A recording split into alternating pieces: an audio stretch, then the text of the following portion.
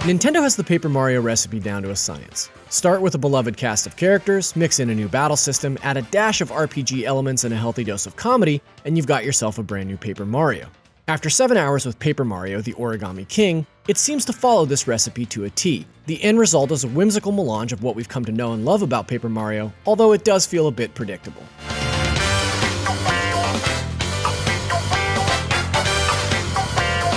Everyone wants a Paper Mario game to do a few things: tell a new story, let us play a Mario game from a different perspective, and elicit a few chuckles along the way.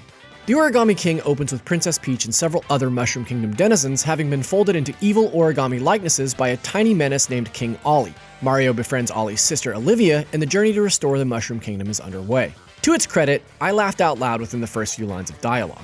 Many of the one-liners and visual gags kept me chuckling throughout my playtime. The Origami King really takes comedic relief to the next level, as nearly every other line is a joke or a pun, and it works. The scenarios that you find yourself in get increasingly wackier. I saw an enchanted forest bust out a full-blown musical number, watched a giant origami tortoise perform a cheer routine, and fought a pack of sentient colored pencils on top of a skyscraper. This entry certainly isn't lacking in personality, but humor and style have never been the shortcomings of Paper Mario. The series is well overdue for a mechanical overhaul, and that's where the Origami King might come up a bit short. Here, the RPG elements are light. The general trappings are there: turn-based battles, equipping different items to boost your stats, focus exploration on new areas, but anyone looking for a more traditional RPG in the Origami King might be left wanting. Progression is rewarding, but will likely still feel a bit too my first RPG for the initiated. No one comes into a Paper Mario game expecting to min-max Mario into a battle mage or anything, but deeper progression and customization options would have been a welcome shakeup. The biggest change this time around is undoubtedly the new battle system. Here, battles take place on a giant segmented wheel, and there's a specific order of operations to follow for every turn.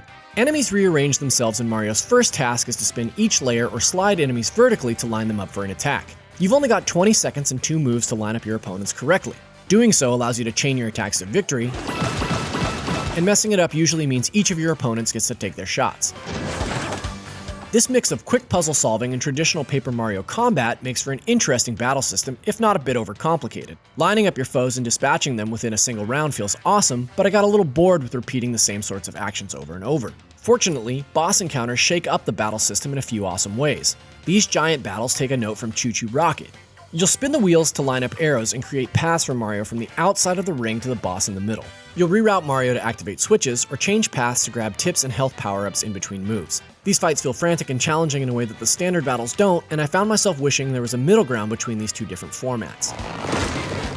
The paper-crafted look of previous games is fully realized in the Origami King. Each new location is wholly unique, absolutely gorgeous, and filthy with toads.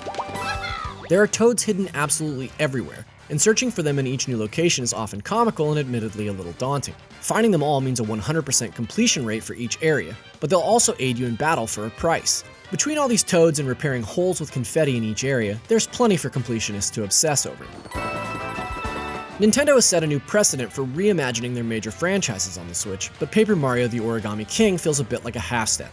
The humor and light RPG elements still shine here, but those expecting a return to the glory days of the Thousand-Year Door may be a bit disappointed. However, if you're looking for a lighthearted romp through a colorful kingdom with a band of wacky Mario characters, you're in for a treat. For more on Paper Mario: The Origami King, check out the official gameplay trailer and the official announcement trailer. For everything else, stick with IGN.